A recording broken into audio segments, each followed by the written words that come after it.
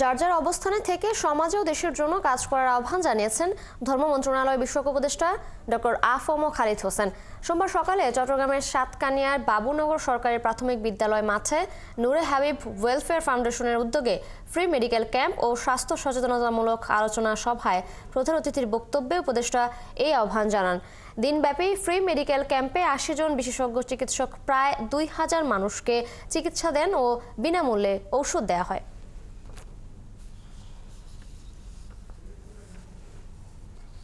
আমার মন্ত্রণালয়ের অধীনে আমাদের একটা ছোট্ট মেডিকেল সেন্টার করার সুযোগ আছে। এটা আমি খুব দ্রুত একটা চয়েসেবল জায়গায় এটা স্থাপন করবো। একজন এমবিবিএস ডাক্তার, একজন কম্পাউন্ডার, একজন হোমিওপ্যাথিক ডাক্তার, একজন কম্পাউন্ডার, ৮-১০টা রুম নিয়ে ফ্রি মেডিকেল ট্রিটমেন্ট তারা দেবেন।